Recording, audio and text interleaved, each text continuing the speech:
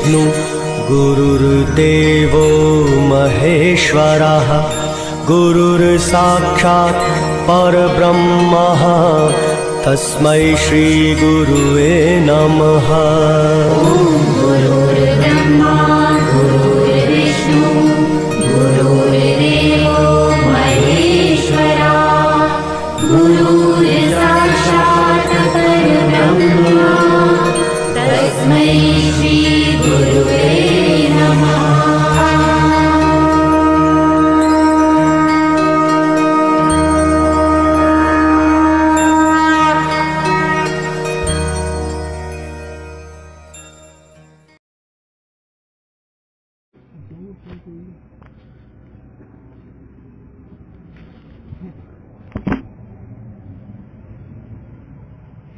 कुंडल्याने प्रेमाने सच्चिदानुसार शंकर साखर ज्ञान प्रसाद भगवान सूर्यनाथ जो सुख नित्य प्रकाश विभु नाम रूप आधार मती न लखे श्रीमती लखे सोमय शुद्ध अपार अब्बी अपार स्वरूप मम लहरी विष्णु महेश विधि रवि चंदावरुण यम शक्ति धनेश गणेश जा कृपालु सर्वज्ञ कोही अधारत मुनि ध्यान ताको हो तुपादी ते मोमे मिथ्या भान हे जिहि जाने बिन जगत मनहु जैवरी सा नसे भुजग जग जिहि लहे तो हम आपे आप बोध चाही जाको सुकृती भजत राम निष्काम सो मेरो हे आत्मा काकू करू प्रणाम। आता ह्या तुम्ही आता मंगल म्हणतात त्यात एक काही मुद्दे सांगता का विषय? आता जे तुम्ही मंगल मानला ते मुद्दे एक एक पाचच उद्योग आहेत, पाच जे होते एक एक मुद्दा सांगा. आलं सांगा पण बघायचं खरं.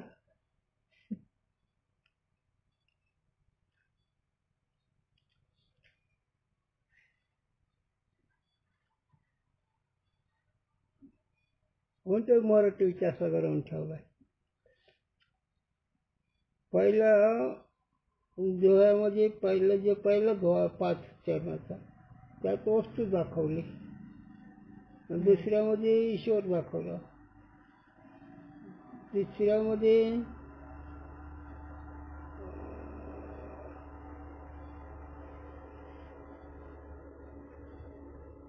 पहिला म्हणजे वस्तू जो सुखनित्य प्रकाश ही सुखत्व होता. त्याच्यानंतर दुसरं ईश्वराचं वर्ण तुमच्या ईश्वर. त्याच्यानंतर जगतच्या स्वरूपाचं तिसरं. त्याच्यानंतर ज्या त्या कल्पने तुम्हाला बोध अर्जन नाही तेव्हा माझं स्वरूप 5व्यामध्ये. चला. अहम ब्रह्मास्मि इस महावाक्य में अहम पद का जीव वाच्य है और ब्रह्म पद का ईश वाच्य है. अहम ब्रह्मास्मि यजुर्वेद वाक्य आहे, त्यात अहम पदाचे वाच्य जीव आहे आणि ब्रह्म पदाचे वाच्य ईश्वर आहे आणि दोन्हीचा अधिष्ठान ब्रह्मच आहे.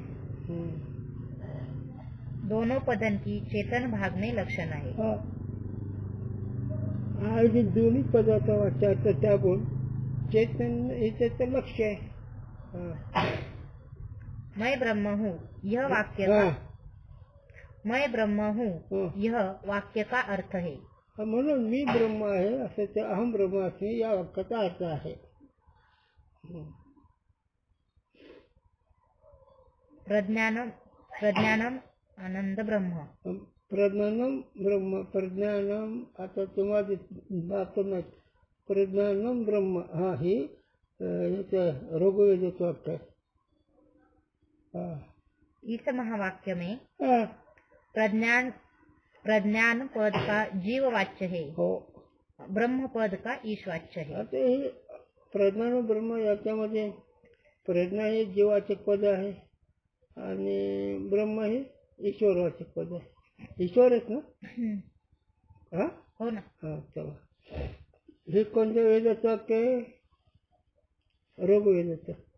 प्रज्ञानं ब्रह्म ऋग्वेदाचं. अयम आत्मा ब्रह्म अथर्ववेदाचं. लक्षजो ब्रह्मात्मा हा सो आनंद गुण वाला नहीं किंतु आनंद रूप है. हा इस अर्थ के जनावने को आनंद पद है. आता प्रज्ञानं ब्रह्म, प्रज्ञा आनंद ब्रह्म. मग इथं आनंद हे पद ईश्वरवाचक नसून आनंद पद हे अधिष्ठान वाचक आहे, ब्रह्मवाचक आहे, स्वरूपवाचक आहे आनंद. आणि प्रज्ञा ही जीववाचक आहे. त्याचा जड भाग त्यागायचा आणि लक्षात आनंद मी आहे असं लक्षात घ्यायचं. आत्मा से अभिन्न ब्रह्म आनंद रूप है, यह वाक्य का अर्थ है. आणि या वाक्याचा अर्थ अहम या पदाचा अर्थ लक्ष आत्मा आणि ब्रह्म, आत्मा ब्रह्मच आहे असा त्याचा अर्थ लक्षात दृष्टीने. नाही बरोबर. जैसे महावाक्यन में भाग त्याग लक्षण है, तैसे अन्य वाक्यन में सत्य ज्ञान आनंद पद भी शुद्ध ब्रह्म को भाग त्याग लक्षणा से बोधन करे है, शक्ति से नहीं. वाक्याचं लक्षण वाक्यामध्ये भाग त्याग लक्षण आहे तसं सच्चिदानंद या पदामध्ये लक्षण आहे. अमृत अनुभवामध्ये असतच्या व्यावृत्ती सत म्हणाली श्रुती. असत ही नाही तुझं स्वरूप सत आहे म्हणून असत हे वाक्य त्यागायचं, लक्ष सत घ्यायचं. जडाची समाप्ती चिद्रूपे, जड ही नाही चिद ही तुझं लक्ष आहे. दुःखाचा उलक्ष आनंद घ्यायचा म्हणजे सत चितानंद सुख दुःख हे अनात्मा आहे. असं जड दुःखरूप अनात्मा आहे, सच्चितानंद हे आत्मस्वरूप. आता याच्यामध्ये तरी असं जड दुःख रूपाच्या सापेक्ष त्याला सच्चिदानंद म्हणायचं नाही, सच्चिदानंद म्हणणं सुद्धा नाही, सच्चिचा आनंद ही म्हणणं सुद्धा नाही, पण याच्या सापेक्षित. नाही तर ते बोलायचंच नाही. अखंड अर्थी विषयामध्ये जाण्याचं नाही. कारण सच्चिदानंद ही जड असं जड दुःख याची व्यावृत्ती करते ती सच्चिदानंद. आणि ही सिद्ध जर नसलं तरी सच्चिदानंद तर त्याला कोण म्हणेल? कहते शुद्ध ब्रह्म किसी पद का वाच्य नहीं. म्हणजे शुद्ध ब्रह्म आहे ते कोणत्या पदाचं वाच्य नाही. मग सच्चिदानंद पदाचं वाच्य नाही, कोणत्याही पद त्याचं वाचक नाही, कारण शुद्ध ब्रह्म आहे ना. आता याला उदाहरण कोणतं देता येत नाही. अखंड अर्थी विषयाला उदाहरण नसतं, प्रमाण नसतं.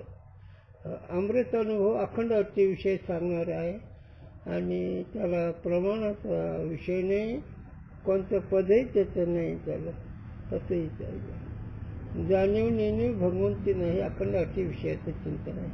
तिथं मी ब्रह्म हे नाही, मी देह हे नाही. जाणीव नेणीव, जाणीव म्हणजे मी ब्रह्म, नेणीव म्हणजे मी देह, भगवंती नाही. मग शुद्ध स्वरूपात ठिकाणी नाही आणि तेच तुझं स्वरूप आहे. सांग आता या स्वरूपाला जाण्याकरता ऋषी मुनी जपी तपी महंत ब्रह्मचारी सगळे आरण्यात बसले लंगोटीला. आता त्यातला काही कळलं असेल, पण याच्याकरता इतकं कठोर साधनं करतात. आणि त्यांच्या ज्ञानोबराय माऊलींना, तुकोबराय महाराजांनी, नाथ महाराजांनी आबाल वरदाला केलं. ज्या ज्ञानाकरता योग्य आकाश शिकवतात, बुद्धदेकाचे भोसके जातात इतके त्यागी ते याच्यात करतात. आणि ते आमचे ज्ञानोबरायांनी शेवड्या व्याख्याला ब्रह्मानंद दिलं. हे साधून चूक करलं. मग ते तुकोबाराय आले, नाथ महाराज आले, निळोबाराय आले, सगळं. पण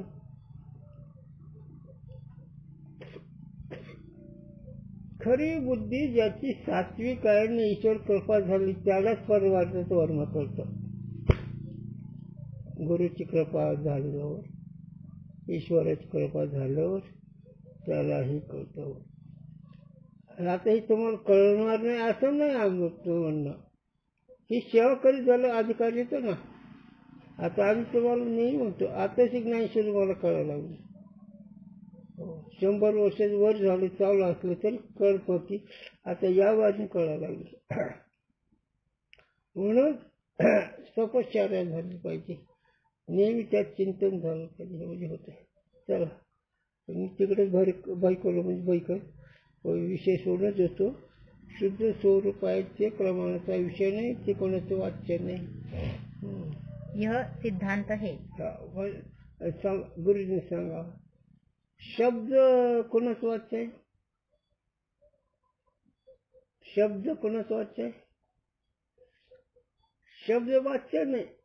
ककाराधिक वर्ण आ ओ व्यंजन ह्याचे जे एक समुदाय गट आहे त्याला पद म्हणायचं. पण हे पद नुसतं पदाचा अर्थ घेऊ नका. नुसतं अक्षर कोणाचं वाच्य आहे? स्वयंसिद्ध आहे. जर पदार्थ जर अक्षर स्वयंसिद्ध आहे तर चेतन कसं असेल? आता गुरुजींनी सांगा क च्या जागेवर क च्या जागेवर क उच्चार करणार एखादं दुसरं अक्षर राहतंय का? क च्या जागेवर कच राहणार. आणि ती स्वतः सिद्ध आहे का कसं सिद्ध आहे? मग जर पदार्थ जर स्वतः सिद्ध होऊ शकतो तर चेतनाला काय म्हणायचं? आता इथं थोडं म्हणून जे ब्रह्मानुभवी महात्मे ते कळलं अवघड आहे. आणि ते कळले की याचं उद्धाराचं राहतच नाही. साजूक कळणं फार मोठं अधिकाराचं प्रकरण. आता कथा कीर्तन करणारे आहेत, भजन करणारे आहेत, विद्वान आहेत, पण साधू नाहीत. साधू ही संत हे साधूनीच कळून आणि संत आपणच व्हावं लागतं. आपण झाल्याशिवाय संत नाही. म्हणून एक कबीरच वाक्य आहे, संत संत क्या कहवत है, संत सप्त समुद्र की पार. अरे संत काय म्हणतो? संत समुद्राच्या पलीकडे. आणि आप भय सांगतो जग भी कोट भय हजार. जर तू संत झाला तर सगळे संतच तुला. म्हणून तुका म्हणे अंगी व्हावे ते आपण तरी तुम्ही मग कळेल. कशावर सांगायला लागलो मी? शुद्ध ब्रह्म ही कोणाचाही विषय नाही याच्यावर सांगायला लागलो मी. मग असं जड दुःखरूप याच्या बरोबरचे करता त्याला सच्चित आनंद म्हणायचं. पण वास्तविक शुद्ध हे कोणत्याही शब्दाचा विषय नाही, ते वाचक भावरहित आहे. वाच्य कशाला म्हणायचं?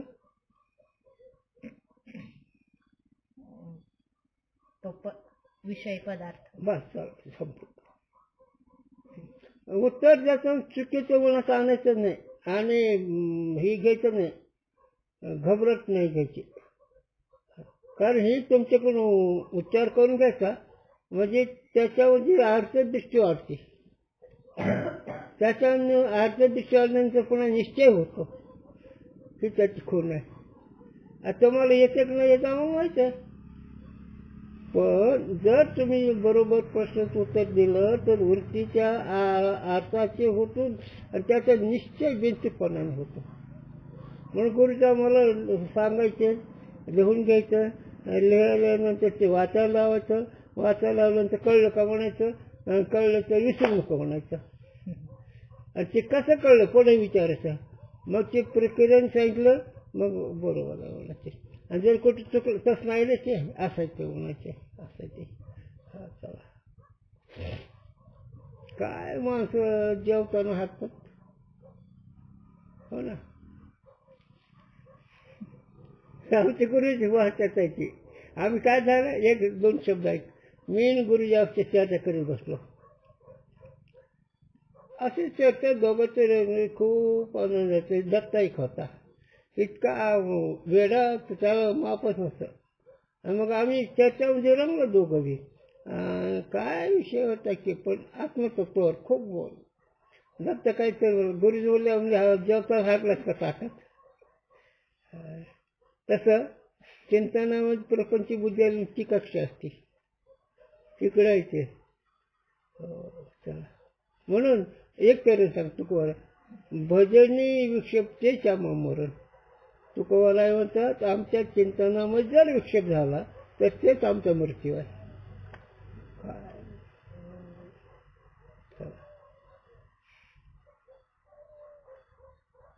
म्हणजे शुद्ध स्वरूप वाच्य भाव रहता है.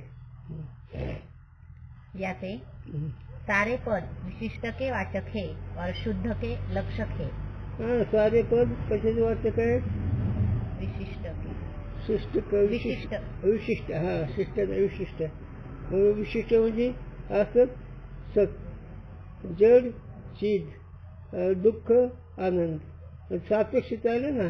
आता याच्यामध्ये सुद्धा सुखात दुःख आहे, जडात चीज आहे आणि असत सत आहे. त्याला कसं लावायची सांगायची? घटात माती आहे, मातीत घट नाही. सोन्याचा अलंकार, अलंकारात सोनं आहे, अलंकारात सोनं नाही. सोन्याचा अलंकार, सोन्यात अलंकार आहे, सोन्यामध्ये अलंकार नाही. चुका लागलो वाजवलं. सोन्यामध्ये अलंकार नाही, अलंकारात सोनं आहे. याला दुसरा उत्साह सांगा, सिद्धांत सांगतो.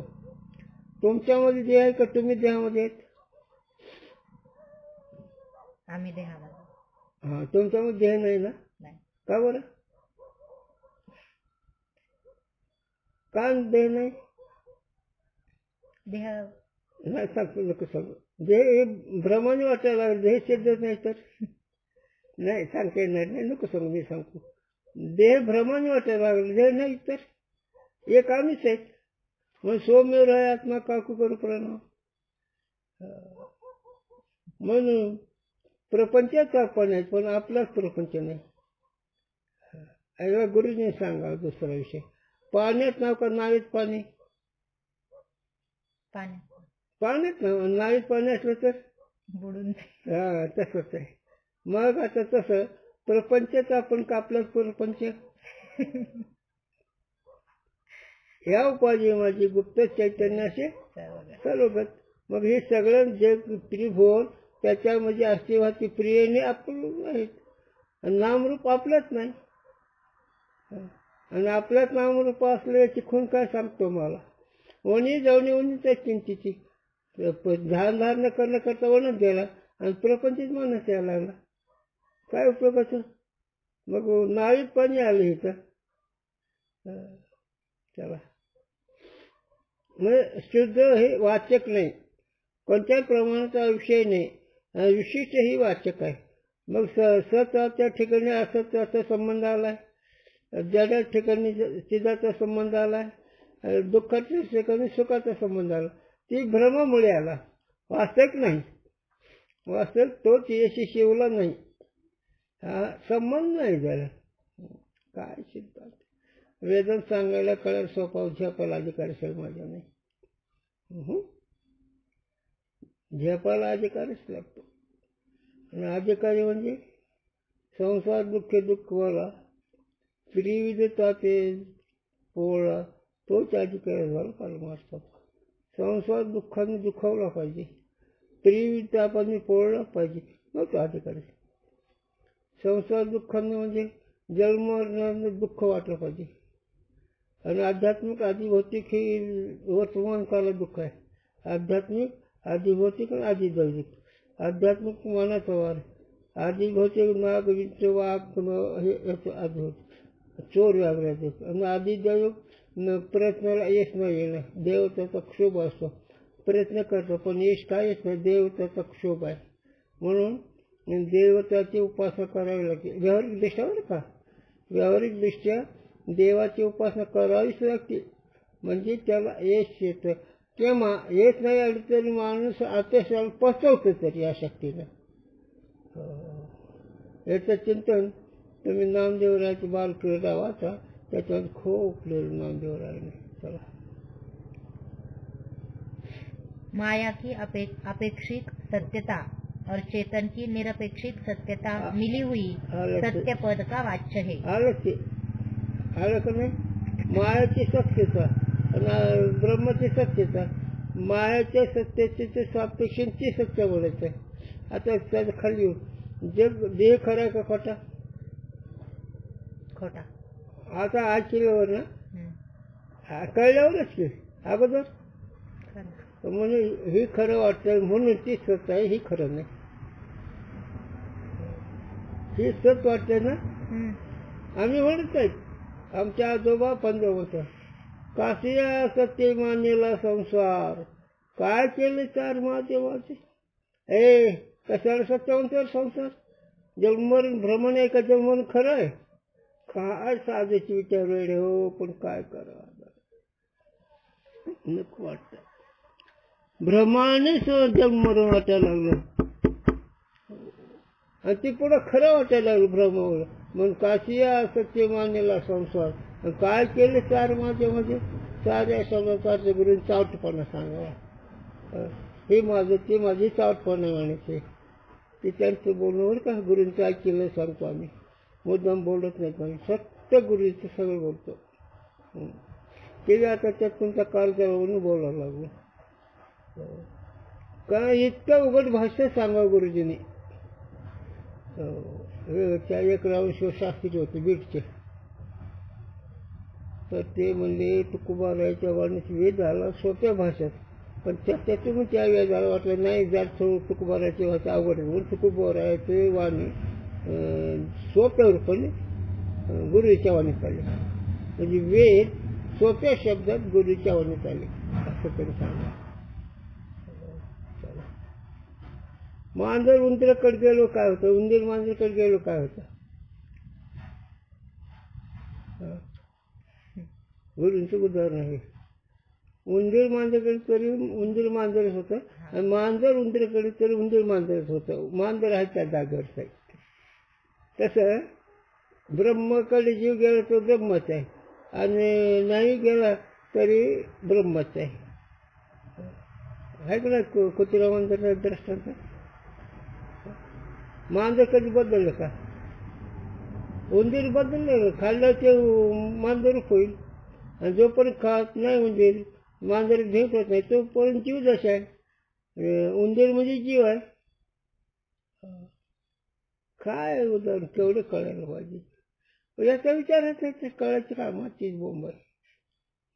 चला म्हणून शुद्ध चैतन्य कोणा शब्दाचा विषय नाही. सापेक्षित विशिष्ट चैतन्याला वाच्यवाचक भाव आहे. निरपेक्षिक सत्य लक्ष हे. मग निरपेक्ष म्हणजे कोणत्याही प्रमाणाचा विषय नसणं त्याला सत्य म्हणावं. असत्याच्या अर्थ. पण निरपेक्ष करत म्हणजे ह्याला सत मिसळलंय म्हणजे जग सत्य वाटतं. पण जग म्हणजे सत्य आहे, जग सत्य नाही. आणि त्याच्यामध्ये जे असत वाटतं ते असत बाजू ठेवते सत असताच्या सापेक्षित सत वाच्य झालं आणि त्या सताच्या दृष्टीने सत हे वाच्य नाही.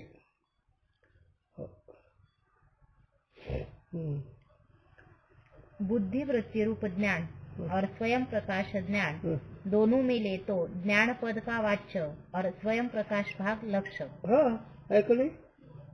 स्वयं प्रकाश आणि ज्ञान. आता हे ज्ञान आहे ना. ज्ञान गुडगम्य ज्ञान द्यावं लागले. आता ज्ञान म्हणजे मी ब्रह्म आहे हेच ज्ञान घ्यायचं आपल्याला. आणि मी ब्रह्म आहे ही ते मी देहाच्या सापेक्ष मी ब्रह्म आहे. पण मी ब्रह्म ही सुद्धा नाही. अहम ब्रह्म असं माहिती ज्ञान तिथे सांगेल अभिमान. अहम ब्रह्म तर हे अभिमानच आहे. पण अहम देहाच्या सापेक्ष मी ब्रह्म आहे आणि शुद्ध दृष्टीने मी ब्रह्म हे वाच्य सुद्धा नाही. मग कसा बोटान दाखवतो तुला घे अनुभव गुरुच्या मुला. नातरांचे कसा बोटान दाखवतो तुला अनुभव घे. बोट म्हणजे प्रमाणाचा विषय नाही. आता तुम्ही थोडं ऐका 2 मिनिटं. तुमचा विचार तुम्ही करीत जा बरं. इंद्रिय नाही, प्राण नाही, मन नाही, अज्ञान नाही आणि हे सगळं नाही ज्या ज्ञान करत त्या ज्ञानाचंच ज्ञान आहे. जोपर्यंत देहाधिक मी नाही असं म्हणतो तोपर्यंत ज्ञानाची वृत्ती आहे आणि त्या ज्ञानाच्या वृत्तीला ज्ञानवृत्ती मावळली म्हणजे शुद्ध ज्ञान. पण अभ्यास करता ती अनुभवावं लागतं. न म्हणा देह माझा ऐसा न भरवसा कळलं अभ्यास करता. आणि ज्याचं देहबुद्धी संपली अहम ब्रह्मास्मी वृत्ती संपली ती शुद्ध.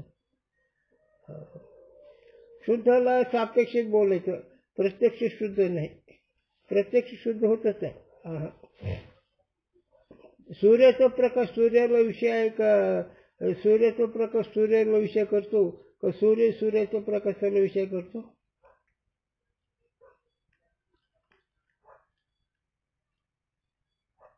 कोणा सांगतो? सूर्याचा प्रकाश सूर्य विषय करतो का? किंवा सूर्याचा प्रकाश सूर्याला विषय करतो का? का बरं? स्वयंप्रकाश. बस झालं. मग तसं तुम्ही कोणत्या त्रिपुटीचा विषय आहेत? नाही का विषय नाही? विषय नाही. विषय नाही. मग कळतंय काही जरा. आणि हे तर निश्चित राहायचं की जिथं सोपं उत्थान रहित राहायचं. ते ब्रह्म विष्णुमय जे असे छळायचे न आले काय असं निष्ठा, ते ब्रह्मदेव विष्णू शंकर जरी आले तुला छळायला, अरे हे तुझं तत्वज्ञान तुझं निश्चय चुकीचं आहे बरं का? तर तिथं हे सांगतो, देवा तुमचे डोके नीट जागेवर ठेवा. तुम्ही विष्णू आहात, तुम्ही ब्रह्मदेव आहात, तुम्ही शंकर आहात, तुम्ही सरस्वती आहात, तुम्ही गणपती आहात, गोष्ट खरी आहे. पण माझा निश्चय तुम्ही जर चुकीचा बोला तुम्ही जर नीट विचार करा. मग म्हणून ब्रह्म विष्णूमध्ये याची छळा यायची. म्हणजे परीक्षा पाहायला तर नाही झालं. न हले ध्रुव जो जैसा गंगेचा राव, ध्रुव जसा अचल आहे, ध्रुव तारा कधी हालतच नाही, त्याप्रमाणे याची बुद्धी कधी बदल पडतच नाही. मग मजा इथं काय खेळमध्ये ओले होईन वाऱ्याने सुखी. म्हणजे काय? खेळमध्ये ओले होईन वाऱ्याने सुखी. गोड बोलले की पगळले, जरा विरोधात बोलले की रागवले. तिथं रागाने हे जाणीवने भागवते ना. शुद्ध आणि सापेक्ष बोलतो. शुद्ध प्रमाणाचा नाही, विषय नाही असं एवढंच. कोणाचा विषय नाही, आश्रय विषय रहित आहे. मग चांगदेवाला आश्रय होता, नामदेवाला आश्रय विषय होता. म्हणून नामदेव उपासनेमध्ये मी एक भक्त तो देव, आणि चांगदेव महाराजांनी वरती स्थिर केलं. पण मी कोण हे कळत नव्हतं. म्हणजे मुमुक्षूला आश्रय असतो, संसारिकला आश्रय विषय असतो, आणि भक्ताला आश्रय विषय असतो. म्हणजे विद्वान पंडिताला आश्रय विषय असतो, कारण त्याला शब्द आश्रय विषय आहे ना, याला देव आश्रय विषय आहे ना. चांगदेव महाराजांनी वरती स्थिर केलं नुसतं आश्रय आहे, आणि तो आश्रय विषय राहत आहे. याला उदाहरण सांगतो तुम्हाला, गुरुजींनी सांगावं. वडील आश्रय आहेत, पत्नी विषय, आणि तिचा मुलगा तो आहे. मग मुलाला आश्रय विषय आहे असं. आणि स्वरूपाला त्रिपुटी राहायचं आहे, त्रिपुटी नाही. त्रिपुटी सात्विक आहे तर ती मी ब्रह्म म्हणते, पण मी ब्रह्म म्हणते तरी पण ते शुद्ध स्वरूपाचं नाही, शुद्ध स्वरूपाचा विषय नाही. डोळा कसा आहे? डोळा कसा आहे? डोळ्यासारखा. बस झालं, समजा आला लक्षात विषय. ब्रह्म कसं आहे? बोलण्याचा विषय नाही. याला असाधारण चिंतन म्हणावं. असाधारण म्हणजे नेमकं त्याच विषयाचं. साधारण सगळ्याला घेऊन चालायचं, आणि असाधारण नेमकं त्याच. म्हणून शिवाजी महाराज असाधारण सावरले होते, कधी हातीच लागले नाही, सदा विजयी झाले. बघा मला आठवतं सापेक्ष दृष्टी. विषय संबंधजन्य सुखाकार सात्विक अंतकरण की वृत्ति और परम प्रेम का आस्पद स्वरूप सुख, इन दोनों मिले आनंद पद का वाच्य और वृत्ति भाग को त्यागी के स्वरूप भाग लक्ष्य. आलं का नाही? मग सापेक्षित मी आनंद रूप आहे, तिथे वृत्ती आहे, आणि ती वृत्ती त्यागून मग आनंद केवळ आहे. दुःखाच्या सापेक्ष आनंद आहे, आणि त्या आनंद का झालेली वृत्ती ही सापेक्षित आनंद आहे, आणि त्यातली वृत्ती निवृत्त झाली किती शुद्ध आनंद आहे. द्रष्टादर्शेची आठवा, जो सुस्वरूपेशी उठला तो का जाणेल आठला, इंद्रियग्राम नाही. द्रष्टादर्शेची आठला, दृश्य जो पण तो पण द्रष्टा जावा. दृश्य नाही जवळ द्रष्टा कोण म्हणायचं? द्रष्टा दर्शेचा अपेक्षित आहे. द्रष्टांसह हनुमान कोणाचा बाप आहे? तसा आहे. उदाहरणाची बापच नाही, हनुमान बाप नाही ना कोणाचा. कथं करून काहीतरी सांगितलं मग धोजायचे ते असे काही तात्पर्य काही विशेष पण नाही करा. म्हणून ब्रह्माच्या ठिकाणी कार्यकारण भाव नाही, जनजनिक भाव नाही, कर्तव्य भाव नाही, स्मारक भाव नाही.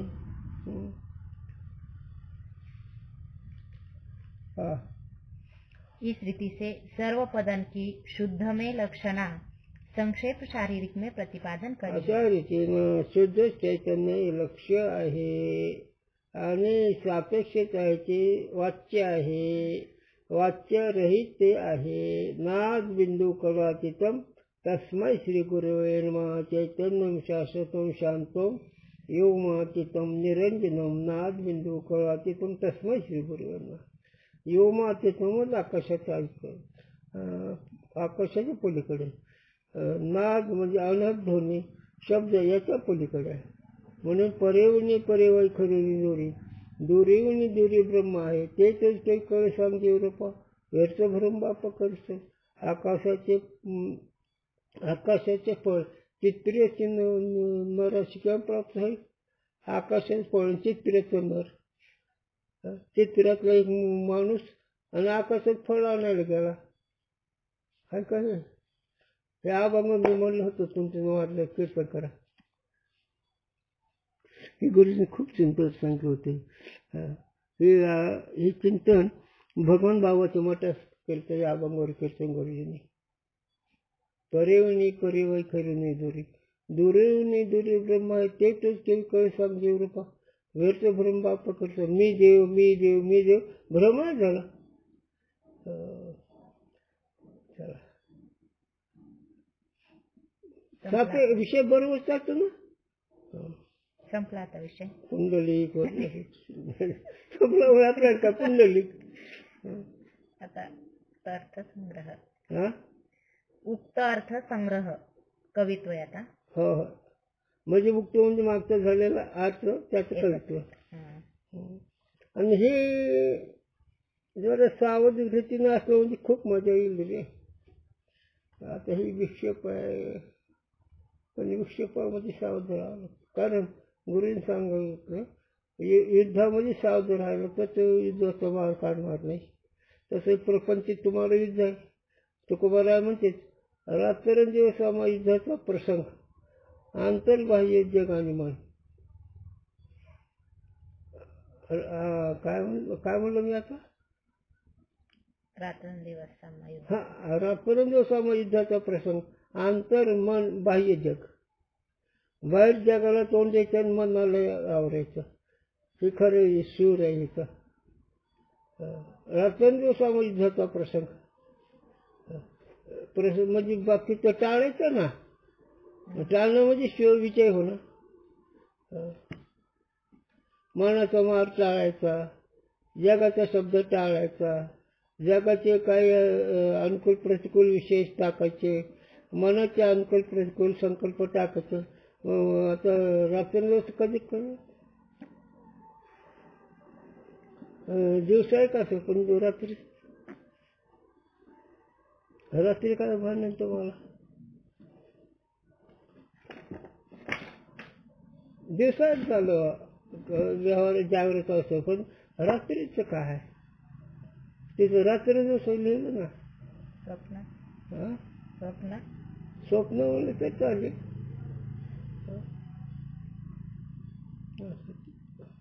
म्हणजे अखंड हे झोप नाही आली मन कुणकडे जात होतं, झोप नाही आली मन कुणकडे जात होतं.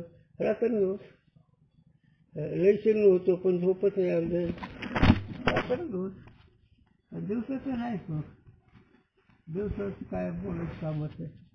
काय काय करीतो म्हणा परिणामावर नारायणा करून त्याची करी विटंबना पत्ना नेऊ आदरिले. हे दिवसाचं बांधण संध्याकाळी संस्कार स्मृती रात्री स्वामा युद्धाचं उलटून मारून नकरी म्हणा काहीच कल्पना चिंतेच्या विठ्ठल अभंग सोपा आहे.